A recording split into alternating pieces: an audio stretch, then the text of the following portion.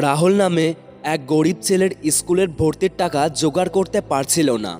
তাই সে বিভিন্ন জিনিসপত্র এর ওর দরজায় বিক্রি করা শুরু করে। তার এমনই দুর্ভাগ্য যে একদিন তার একটিও জিনিস বিক্রি হলো না। আবার এইদিকে তার প্রচণ্ড খিদে পেয়ে গেছে।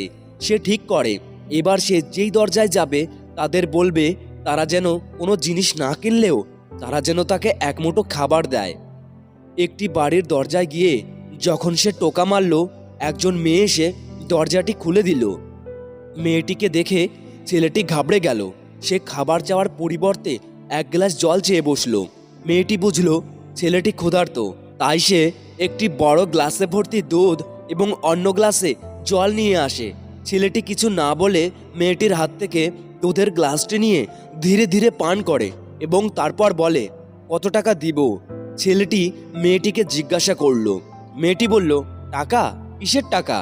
মেয়েটি প্রত্যুত্তরে বলল, মা আমাকে শিখিয়েছেন যদি কখনো কারো সেবা করার সুযোগ হয় তাহলে সেবা করতে হয়, বিনিময়ে তার কাছ থেকে যেন কোনো অর্থ না নেওয়া যায়। এই ঘটনার পর বেশ কয়েক বছর কেটে গেছে। সেই মেয়েটির ভীষণ অসুখ। পাড়ার ডাক্তার কি করবে ভেবে পাচ্ছেন না। শেষে বাধ্য হয়ে কোনো বড় হসপিটালে মেয়েটিকে ভর্তি করানোর পরামর্শ দেন তিনি। বাধ্য হয়েই মেয়েটির পরিবার তাকে একটি বড় হসপিটালে ভর্তি করায়। বিশেষজ্ঞ ডাক্তার হাবাব কেল্লিকে রোগীর পরীক্ষা করার জন্য ডাকা হলো। যখন তাকে মেয়েটির নাম বলা হলো, তার নিজের অজান্তেই তার চোখে কেমন যেন একটা চমক খেলে গেল।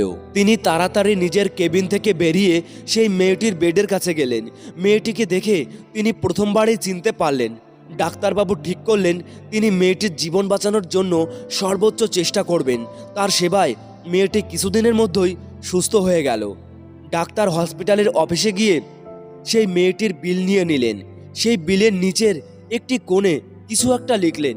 বিলটি যখন মেয়েটির হাতে পৌঁছায় তখন সে চমকে গেল, কারণ অসুখ থেকে সে বেঁচে গেছে, কিন্তু এত পরিমাণ বিল থেকে তার আর বাঁচার কোনো উপায় নেই। বিলটি দেখতে দেখতে যখন সে বিলের একেবারে নিচের প্রান্তে চলে এসেছে, সে দেখল বিলের একটি কোণে লেখা আছে, 1 গ্লাস দুধের বিনিময়ে এই বিলটি মিটিয়ে দেওয়া হয়েছে।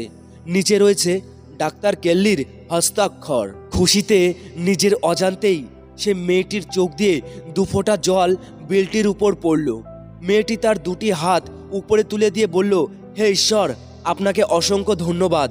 আপনার ভালোবাসা মানুষের হৃদয় এবং হাতের মাধ্যমে পৃথিবীর সর্বত্র পৌঁছে গেছে।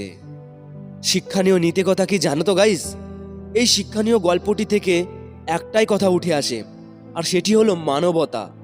যদি সেই মেয়েটি ছেলেটির কাছ থেকে সেদিন টাকা নিত, তাহলে ছেলেটির কোনো দিনও মনে থাকতো না যে সে যখন ক্ষুধার্ত ছিল তাকে কেউ দুধ খাইয়েছে।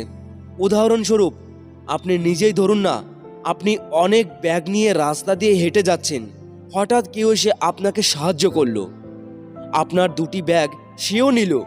আপনি তার উপকারের কথা মনে রেখে দিবেন, কিন্তু যখন একজন কুলি আপনার ব্যাগ বয়ে দিবে এবং আপনি বিনিময়ে তাকে কিছু অর্থ দিবেন, আপনার এই কথাটি পরিবর্তে মনে থাকবে না। কিন্তু যে লোকটি আপনাকে ব্যাগ নিয়ে যেতে সাহায্য করেছে, এরপর যখনই আপনি ব্যাগ নিয়ে যাবেন বা সেই রাস্তাটি দিয়ে যাবেন, আপনার সেই মানুষটির কথা মনে পড়বে।